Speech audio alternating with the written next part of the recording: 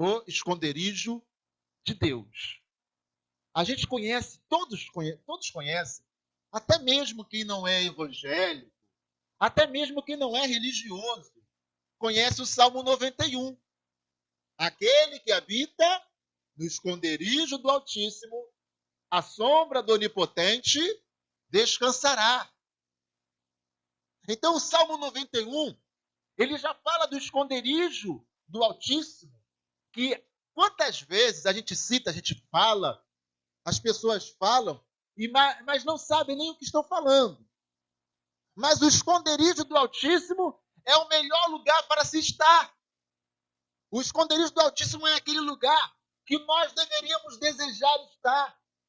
Então, nessa noite, que você deseje o esconderijo do Altíssimo, que nessa noite você deseje esse lugar onde Ele habita. Amém, amados? E poderíamos começar falando, Deus não habita em templos construídos por mãos humanas, em prédios. Então, como seria isso? E é isso que eu quero trazer nessa noite, amém? E eu gostaria que você fosse abençoado nessa noite com esse tema, o esconderijo do Altíssimo. Então, eu quero ler um texto nessa hora. Eu quero ler o que está lá, o que o autor aos Hebreus vai trazer para a gente no capítulo 10, versículo 19 ao 21. Diz assim, ó, tendo, pois, irmãos, ousadia para entrarmos no santíssimo lugar, pelo sangue de Jesus, pelo caminho que ele nos inaugurou, caminho novo e vivo, através do véu, isto é, da sua carne, e tendo um grande sacerdote sobre a casa de Deus. Então, o autor aos Hebreus vai dizer, tendo, pois, ousadia para entrar no Santo dos Santos, tendo, pois, ousadia para entrar no Santíssimo Lugar, tendo, pois, ousadia para entrar no santuário de Deus. E por que nós precisamos de ousadia? Ousadia não é desrespeito. Ousadia é coragem para fazer algo que outras pessoas ficam tímidas para fazerem. Então, ousadia é você ter iniciativa, coragem, atitude para fazer algo. Ousadia é você ir quando as demais pessoas param. Ousadia é você avançar quando as demais pessoas recuam. O nome disso é ousadia. Ousadia é ter estado de espírito para ir além, para ir avante, para fazer, para ter iniciativa. Mas para quê ou por que nós precisamos de ousadia para entrar no Santíssimo Lugar? Porque o Santíssimo Lugar era o lugar reservado, era o lugar separado. O Santíssimo Lugar era o lugar onde o povo não tinha acesso, onde sequer os levitas tinham acesso. Era o lugar onde nem mesmo os sacerdotes comuns tinham acesso, a não ser o sacerdote principal, a não ser o sacerdote oficiante daquele ano, ou o sumo sacerdote. O Santíssimo Lugar, ele tem muito a ver com o lugar, ou melhor, tem muito a ver, não, ele é o lugar onde a presença de Deus se manifesta. O Santíssimo Lugar é aquele lugar onde a gente pode entrar e falar, realmente Deus aqui estava. Quando Jacó, ele sai da casa de seus pais, fugindo do seu irmão Esaú, e ele vai a Padã-Arã, né, a casa do seu tio Labão, no meio do caminho, ele tem um sonho, uma visão em sonho, e ali uma escada, onde os anjos desciam e subiam, e lá no topo da escada estava a glória de Deus. E então, Deus fala com ele, e quando ele acorda, ele fala, este não é outro lugar, senão casa de Deus. Deus estava nesse lugar, ou Deus está nesse lugar, e eu não sabia. Deus está nesse lugar e eu não tinha percepção disso.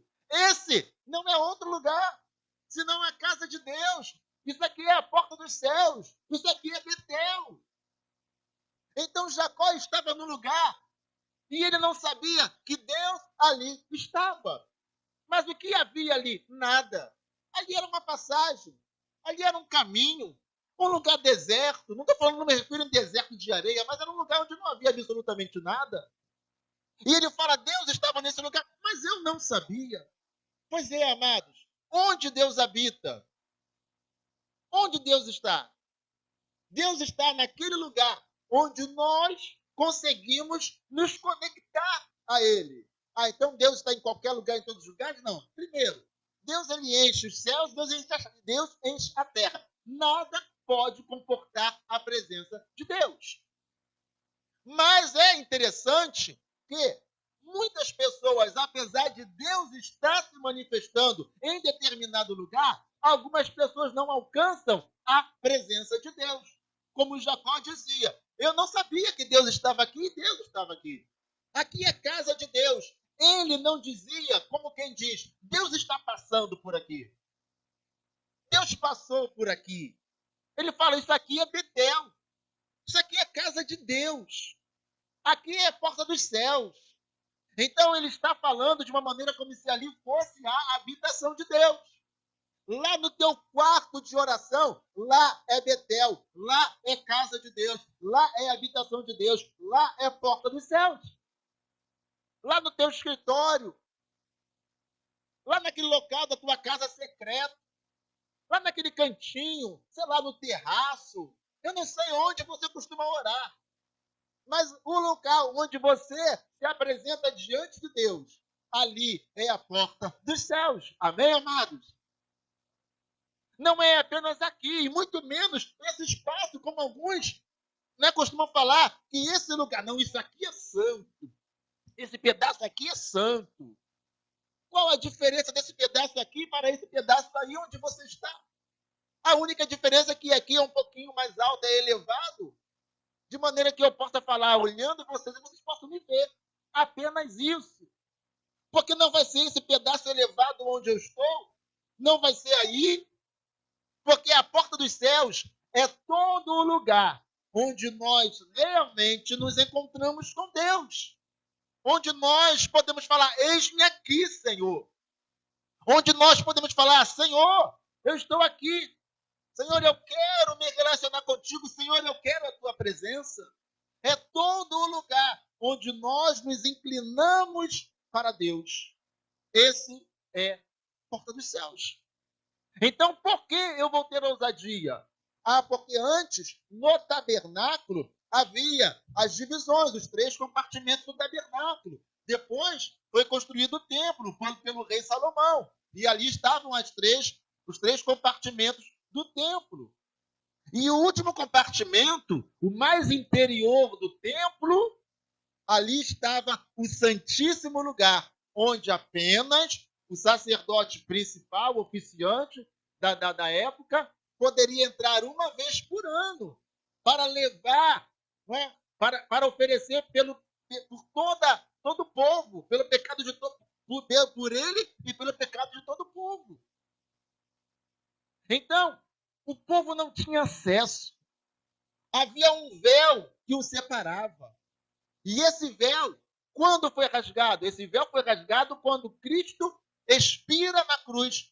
Quando Cristo expira, quando ele morre, quando ele fala, Pai, entrego a ti o meu espírito, e ele expira, então o véu é rasgado de cima a baixo, tirando a separação, tirando a divisão, fazendo com que agora o Santíssimo Lugar vire um local de acesso a todo aquele que crê em Jesus. Diga amém. Não há mais separação. Então, o autor aos Hebreus vai dizer, tenham ousadia, porque não há mais separação. Tenha ousadia, porque não há mais véu que divide. Tenha ousadia, porque agora você pode ser aceito por Deus pelo sangue de Jesus, pelo caminho novo inaugurado por ele. Agora o caminho é novo. Agora é acessível. Agora vocês podem entrar por esse caminho e ter acesso a Deus, a sua presença, a sua glória. Aquela glória que estava lá no tabernáculo, aquela glória que estava lá através da arca, ou representada pela arca da aliança. Agora, ela está disponível para todo aquele que a deseja. Quem entendeu, diga amém. Então, avança, eu quero mostrar para você algo. Aqui está o tabernáculo de Moisés. Então, você vai ver que toda aldeia... Eu não vou entrar em detalhes, porque não é esse o nosso foco, trazer um estudo sobre isso, mas é só para que você tenha uma percepção do que eu estou falando. Né? As tendas em volta do tabernáculo eram as tendas dos levitas, que oficiavam no tabernáculo, mas nós temos aqui, no círculo vermelho, no círculo redondo, né? No círculo vermelho, nós temos aqui o altar dos sacrifícios, onde o povo trazia os animais para expiação de pecados, e o animal ali era imolado, sacrificado, fazendo expiação de pecados, o povo entrava aqui, e os sacerdotes, então, aqui sacrificavam, aqui é a pia, onde se purificavam, os sacerdotes se purificavam, a pia, da onde vem, né, pio, né, que nós hoje temos como sinônimo de santo, né? Aqui era a pia, e aqui estão os dois compartimentos do tabernáculo. Esse é o átrio externo, esse é o átrio comum. O povo podia entrar aqui, o pecador podia entrar aqui. Aqui é lugar de pecado, aqui é lugar de dor, aqui é lugar de sangue, aqui é lugar de sofrimento, porque o animal que não tinha culpa nenhuma, o animal que fez aqui era sacrificado. Aqui morria o animal no lugar do pecador. Aqui o pecador entrava como animal e ali o animal era imolado, era sacrificado, o sangue do animal era derramado, o animal pagando pelo pecado do homem. Aqui é lugar de dor, aqui é lugar de arrependimento, aqui é lugar de reconhecer o pecado, aqui é lugar de derramar sangue. Mas aqui dentro, aqui é fechado. Aqui os sacerdotes tinham acesso. Aqui o povo também tinha acesso. Mas aqui dentro, somente os sacerdotes tinham acesso. Pode avançar aí, não vamos ficar muito tempo aqui não. Então aqui você tem, né, uma ilustração para termos apenas uma noção da como era a tenda, o tabernáculo, né, aberta, rasgada, para que entendamos. Então aqui os sacerdotes tinham acesso.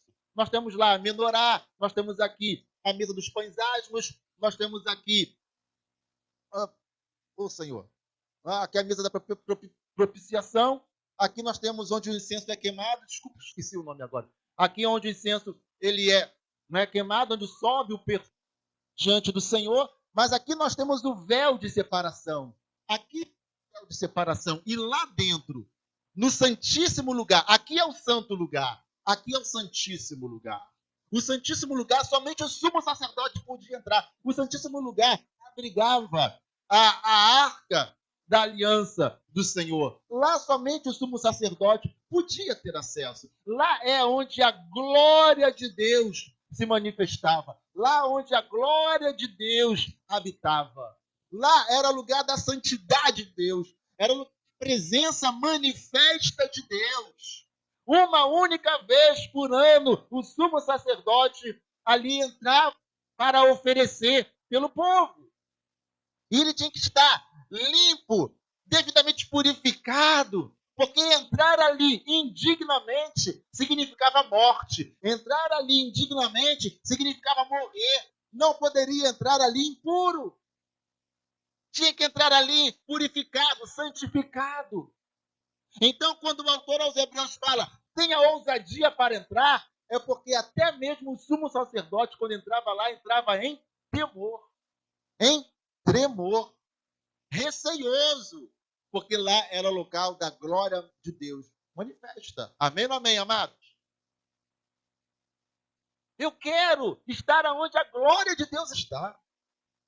Eu quero estar onde a presença de Deus se manifesta. É ali que eu quero estar. Mas como? Porque se não tiver devidamente santificado, eu morro. A tradição diz que geralmente o sumo sacerdote ele era amarrado pela cintura.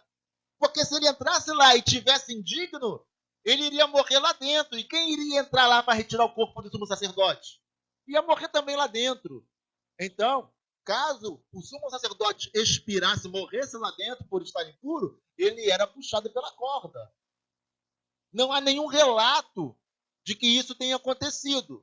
Mas a tradição diz que sim, que ele era preso, não é, pela cintura, caso acontecesse de morrer lá dentro, ele era arrastado, puxado pela corda. Então é o lugar da glória de Deus? É. Da presença de Deus? É. Mas era lugar de temor, de tremor.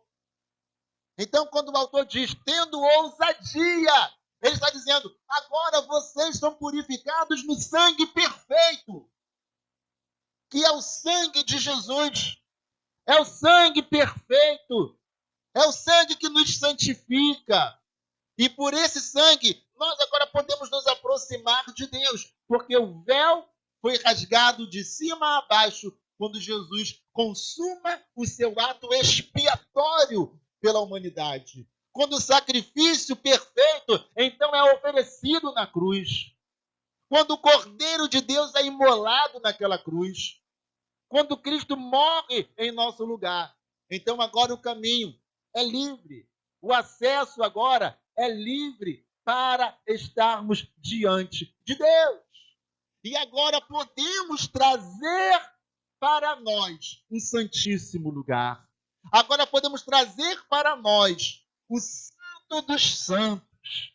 O lugar da manifestação da glória de Deus. Ela é trazida para você. Ela é trazida para nós. Para todo aquele que deseja a presença de Deus. Eu sei que a maioria das pessoas, quando vão à casa de Deus, quando vão a uma igreja, quando vão a um culto, a maioria, não são todas, a maioria das pessoas está preocupada com uma bênção, com alguma coisa que precisa para, né, material, é um emprego, é um sucesso no empreendimento, na empresa, é alguma coisa para a família, é alguma coisa financeira. Eu sei que a maioria das pessoas que vai a um culto, vai porque quer alguma coisa de Deus. Mas, amados, que bom seria se todas essas pessoas buscassem a Deus pela sua presença, por causa da presença dele. E aí, tudo bem, em algum momento vai falar, Deus, os meus problemas eu entrego nas tuas mãos. As minhas necessidades eu entrego ao Senhor e sei que o Senhor é bom e o Senhor vai abençoar. Eu sei que o Senhor me ama e o Senhor quer o melhor para mim, mas Deus, o que eu quero de verdade e preciso é da tua presença. As bênçãos são detalhes. O que nos move é a presença. Mas, infelizmente, para a maioria das pessoas, o que move é a bênção e não a presença. O que as pessoas querem é a bênção de Deus e não a presença de Deus. Não deveria ser assim, amados.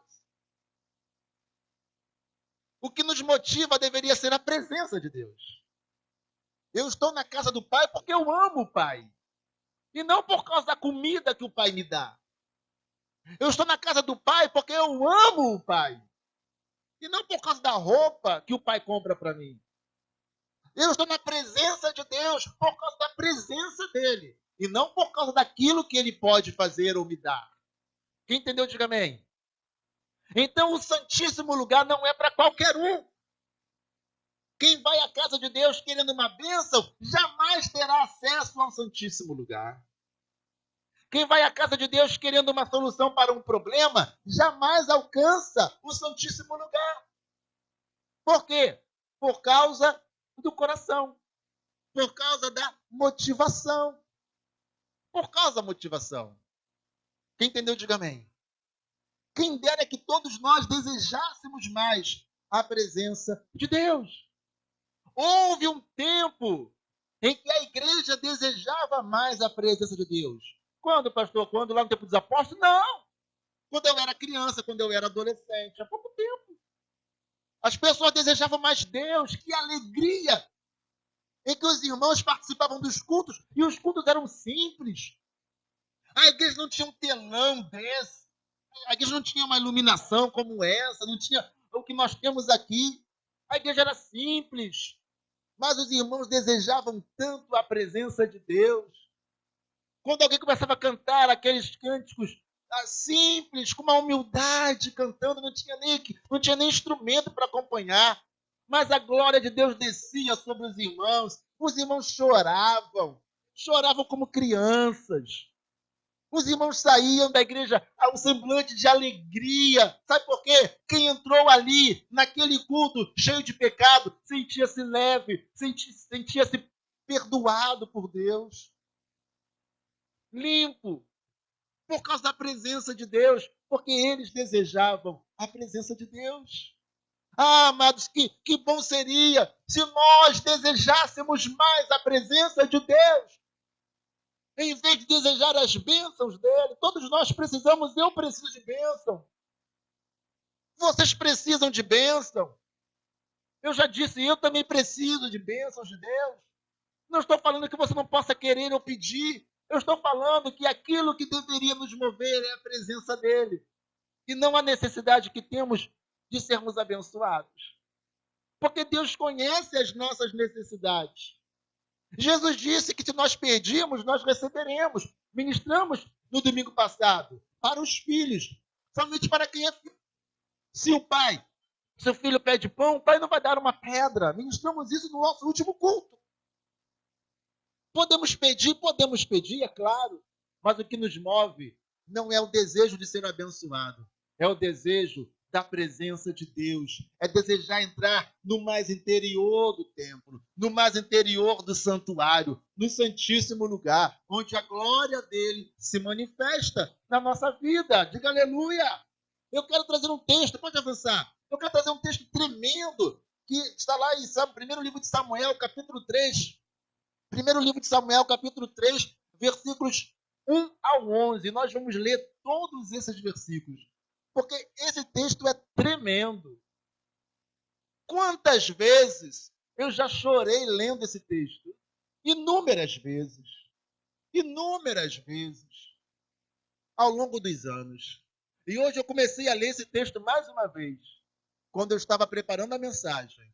E eu confesso a você, enquanto eu lia, eu chorava lendo esse texto. Quantas vezes eu já chorei lendo esse texto? E hoje eu chorei mais uma vez lendo esse texto. Vamos ler esse texto? O jovem Samuel servia ao Senhor perante Eli. E a palavra do Senhor era de muita valia naqueles dias. Não havia visão manifesta. E outras versões dizem que a palavra do Senhor era rara, era escassa naqueles dias. E sucedeu naquele dia que, estando Eli, que era o sacerdote principal, deitado no seu lugar, e os seus olhos se começavam já a escurecer, que não podia ver. E estando também Samuel já deitado, antes que a lâmpada de Deus se apagasse no templo do Senhor, em que estava a arca de Deus, o Senhor chamou a Samuel e disse ele: eis-me aqui. E correu a Eli e disse: eis-me aqui, porque tu me chamaste. Mas ele disse: não te chamei eu. Volta, vai deitar de novo. E foi-se e se deitou. E o Senhor tornou a chamar outra vez a Samuel.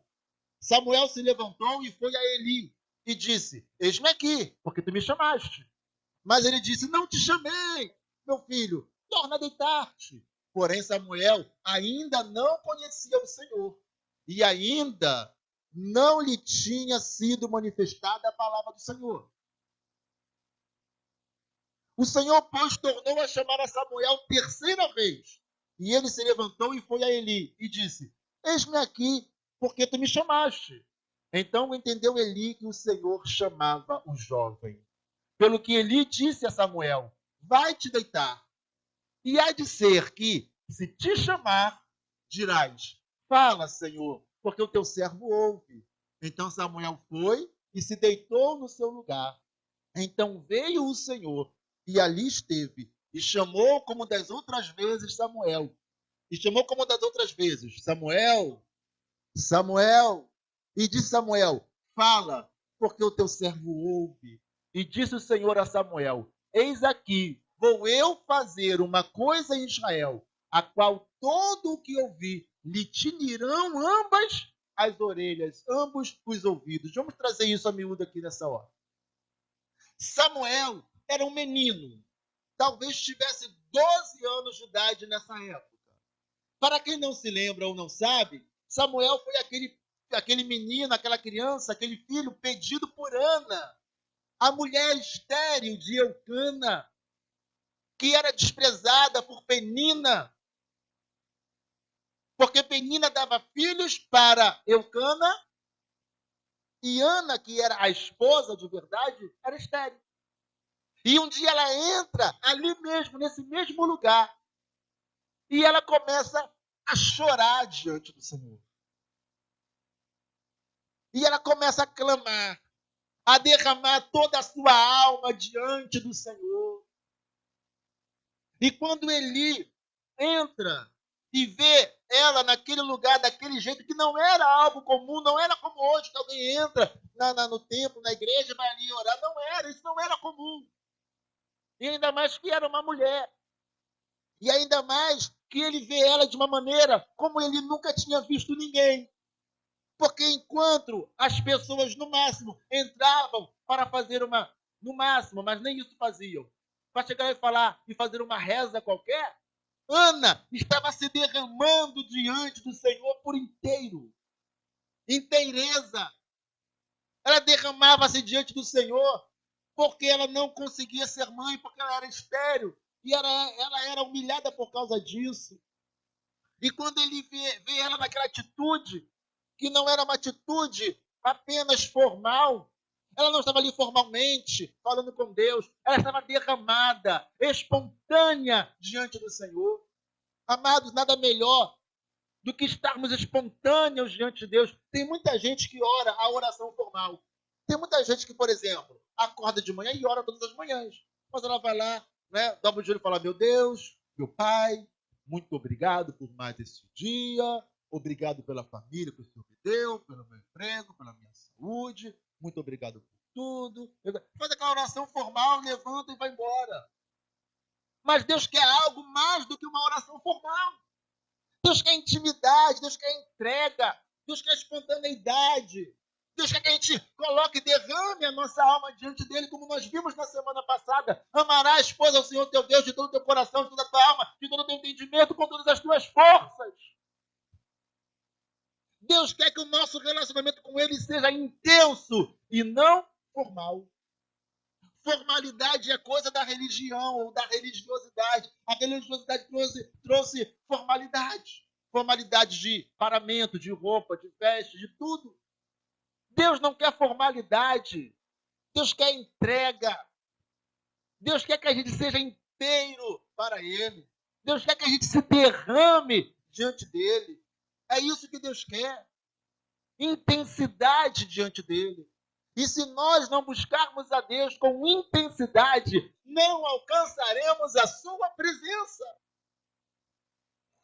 Não alcançaremos.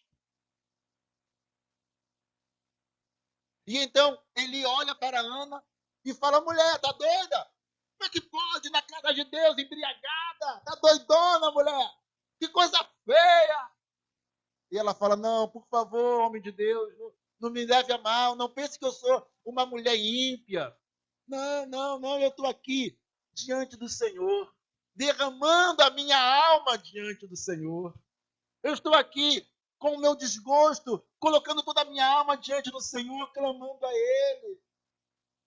E aí ele abençoa Ana e fala: pode ir para casa, Deus te conceda a tua petição.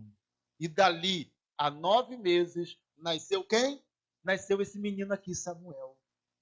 Mas o que Ana orou? Qual foi a oração de Ana? Nós não vamos ler aqui agora, porque a gente não quer que a mensagem demore tanto. Ana, ela orou ao Senhor e ela fez um voto: se o Senhor me der um filho, mas tem que ser menino, tem que ser homem, eu o entregarei ao Senhor. Ele servirá, ele oficiará ao Senhor aqui nessa casa, aqui nesse templo. Ele viverá aqui, ele será do Senhor e para o Senhor aqui nessa casa. E essa foi a oração de Ana. E ela foi para casa, 9 meses depois nasce Samuel. Samuel é, né, consagrado e tudo mais, né, circuncidado, tudo tem que ser feito. E Samuel, agora que já não é mais um bebezinho, agora que ela não está mais amamentando ele no peito, ela leva para a casa de Deus e deixa Samuel aos cuidados do sacerdote Eli. Então são os dois personagens desse texto. Samuel, o menino Samuel, que foi pedido por Ana, e Eli, o sacerdote que ficou cuidando do menino Samuel, que foi crescendo no templo, foi crescendo na casa de Deus. E agora, Eli, em mais uma noite que parecia ser como qualquer outra noite, Eli vai dormir. Provavelmente Eli vai dormir em uma daquelas tendas em volta do tabernáculo. Mas a Bíblia vai dizer que o menino Samuel se deitou ou se deitava diante da arca do Senhor. Aleluia.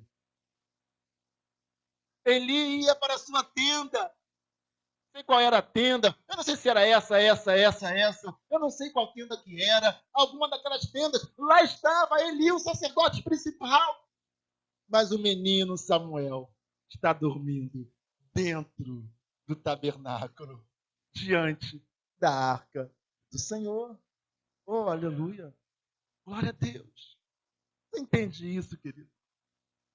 Deus sempre se manifestará àqueles que estão próximos, que estão buscando a Ele, aqueles que estão aonde a glória dele se manifesta. Deus estava começando uma nova história, um novo processo ali no meio do povo de Israel. E ali estava um menino que era exatamente aquilo que Deus precisava usar para trazer o povo de volta. Nós lemos o quê? A palavra de Deus era muito rara. Não havia profeta. Não se ouvia a voz de Deus naqueles tempos. Mas lá estava um menino, crescendo diante de Deus. E uma noite, como qualquer outra noite, Samuel se deita, está ali pegando no sono, tá? Ou estava dormindo, não sei, mas ele acorda. Ele ouve uma voz que o chama de Samuel. Samuel! E ele fala, meu Deus, será que o sacerdote está precisando de alguma coisa? O que ele está querendo uma hora dessa? E ele vai lá correndo. E fala, sacerdote, eu estou aqui, o que você precisa? Está querendo porque você me chamou. E ele fala, meu filho, menino, você está doido? Te chamei o quê, menino? Vai dormir, vai deitar, não te chamei não. Samuel volta para diante da presença de Deus. E ele ouve de novo, Samuel. E ele vai lá. Oh, meu Deus do céu, o sacerdote está ficando doido. É a idade. O que foi, sacerdote? O que foi o quê, menino? Não te chamei, chamou sim. Vai deitar, meu filho. Vai deitar. Volta, vai deitar. Samuel volta para o tabernáculo e deita novamente. A voz veio pela terceira vez, Samuel. Samuel fala, meu Deus do céu, sacerdote, o que está fazendo sacerdote hoje? O que foi? O senhor me chamou, estou aqui, precisa de alguma coisa? Aí, na terceira vez, Eli entendeu que era Deus quem chamava Samuel. Eli entendeu que Samuel estava ouvindo a voz de Deus, numa época que ninguém mais ouvia a voz de Deus. Talvez ninguém ouça a voz de Deus nos nossos dias, mas Deus quer falar com você. Deus quer fazer ser ouvido por você. Deus quer que você ouça a sua voz. Deus quer que você ouça a voz dele. E você, onde você está para ouvir a voz de Deus? Onde você está para que você ouça a voz dele? Ele quer falar contigo. Ele quer falar contigo. Você vai achar que eu vou ser contraditório no que eu vou dizer, mas eu não sou contraditório no que eu vou dizer, eu vou te explicar depois. Deus não fala com a gente em qualquer lugar. Ah, mas o pastor já disse que não é mais no tempo, não tem diferença daqui para lá. Sim, é exatamente isso que eu quero falar para você. Deus não fala em qualquer lugar. Deus só fala naquele lugar onde alguém está disponível para ouvi-lo. Pode ser no teu quarto. Pode ser até no metrô, no ônibus, no trem. Deixe aquele lugar seja um lugar em que você esteja disponível para ouvir a voz dele. Mas, de repente, você vai estar dentro de um templo. Você vai fazer uma vigília dentro de um templo e você não vai ouvir a voz de Deus. Porque não é o lugar físico. Deus não precisa do lugar físico. Deus precisa apenas de um coração disponível para ele. É disso que Deus precisa. E ali estava o menino Samuel. A Bíblia, esse texto que nós lemos, diz que Samuel ainda não conhecia o Senhor. Mas como assim? Ele oficiava no tabernáculo. Ele auxiliava Eli. Ele oficiava em tudo ali dentro, como se fosse um sacerdote. Como assim ele não conhecia o Senhor?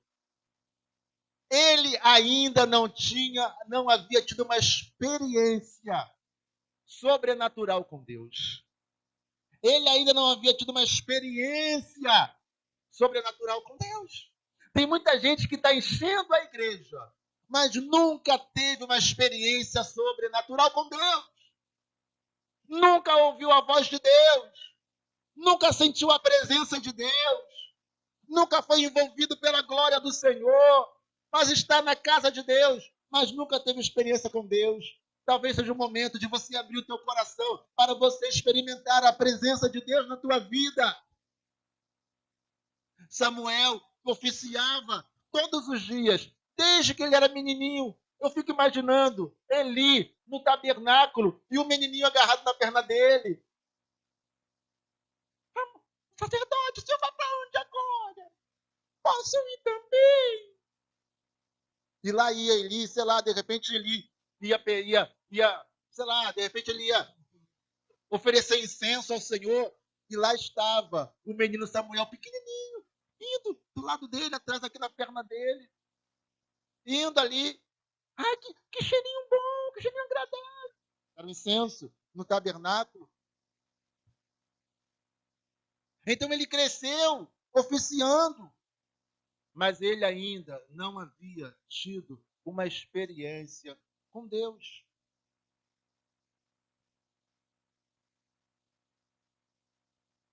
Tem experiência com Deus.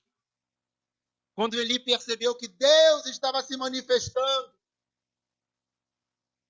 Eli fala para Samuel, meu filho, volta para o seu lugar. Quando você ouvir de novo a voz te chamando, você vai dizer assim, pode falar, Senhor, porque o teu servo te ouve. E vem Samuel, deita-se novamente. E aí a Bíblia vai dizer que agora não era apenas a voz de Deus. Cadê? Está aí o texto? Ó, aqui, ó, versículo 10. Então veio o Senhor e ali esteve. E chamou como das outras vezes. E ali esteve. As três primeiras vezes, apenas a voz se ouvia. Agora que Samuel volta, agora que ele instrui Samuel, agora não é mais a voz, agora a presença de Deus esteve ali. E Deus fala com Samuel. Samuel! Samuel! E Samuel responde, pode falar, que o teu servo ouve. Sabe o que é mais lindo, amado, nisso tudo? Que Samuel ainda era um menino, uma criança. Ainda era puro. Ele não caiu como Daniel, lá na Babilônia, quando teve a visão dos anjos que vieram falar com ele, ele caiu. E outros profetas caíram no chão pela presença do anjo. Mas Samuel não. Samuel está tranquilo, porque Samuel era um menino, uma criança.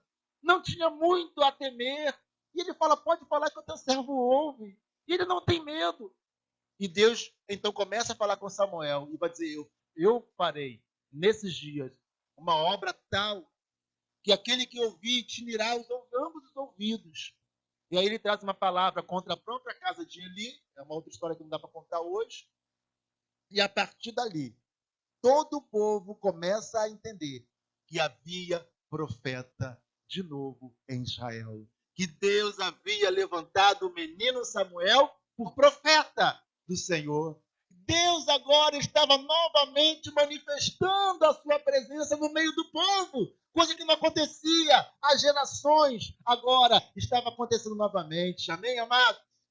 Mas é tremendo quando a gente começa a ver, quando a gente percebe que o menino Samuel está perante o Senhor, diante da arca do Senhor, e ele está ouvindo a voz do Senhor. Deus está se manifestando a ele. Deus está se revelando a ele. A presença de Deus está se manifestando, porque Deus se manifesta a todo aquele que tem um coração aberto, todo aquele que busca a santificação, todo aquele que é puro. O Senhor se manifesta a esses. Amém, amados? O esconderijo de Deus. Poderíamos falar que é o interior, o santíssimo lugar, o santo dos santos do tabernáculo do templo. Aquele que habita no esconderijo do Altíssimo, a sombra do Onipotente descansará. Mas como não temos mais o tabernáculo, não temos mais o templo de Salomão, mas nós temos agora o Espírito Santo, que veio a nós após Jesus voltar aos céus. O véu do templo foi rasgado de cima a baixo. Agora, o santíssimo lugar está em nós, está em nosso coração. Nós temos livre acesso. Entremos, pois, com ousadia no Santo dos Santos. Tenha ousadia para se colocar diante de Deus e ter a presença dele na tua vida. A glória de Deus se manifestando diante de você e em você. A voz dele sendo ouvida por você. Samuel pode experimentar isso, mas você também pode experimentar nesses dias. Dias difíceis, dias de turbulências, de medos, de receios, dias confusos que nós vivemos, dias ruins, dias maus que nós vivemos. Mas o esconderijo do Altíssimo é o lugar onde nós podemos estar. O esconderijo do Altíssimo é o lugar onde a gente descansa. O esconderijo do Altíssimo é o lugar onde nós podemos estar. E o medo vai embora. Os temores vão embora. É onde nós nos fortalecemos. Viramos gigante. Todo aquele que entra no Santíssimo Lugar, quando sai de lá, sai um gigante. Sai um gigante. Como pode ter crente? Eu não estou falando de quem não é crente, não. Eu não estou falando daquela pessoa que foi convidada para vir à igreja, não. Eu estou falando de crente. Como pode um crente ainda ficar tão preocupado em vir à casa de Deus para poder pedir bênção, quando ele tem acesso ao Santíssimo Lugar? Você tem acesso ao Santíssimo Lugar, querido? Você vai orar pelas suas necessidades a qualquer momento que você quiser. Mas o que te move é a presença de Deus. O que te move é Deus. Deus, estou aqui. Eu quero a tua presença, Deus. Deus, me perdoa, me livra, me purifica. Senhor, me santifica, Senhor. Senhor, me envolve com a tua presença, Deus. E você não se levanta enquanto não for cheio da presença dele. Enquanto o Espírito Santo não ministrar ao teu coração, você não se levanta. Sabe qual é o grande problema da igreja dos nossos dias? É que a igreja dos nossos dias não está nem aí para a presença de Deus. As pessoas vão nos cultos, vão na igreja, o culto é bom, é legal, maravilhoso, louvor bonito, que lindo, me emocionei. Mas eu não estou falando de emoção, eu estou falando de presença de Deus. Os irmãos são agradáveis e tal, e não sei mais o quê.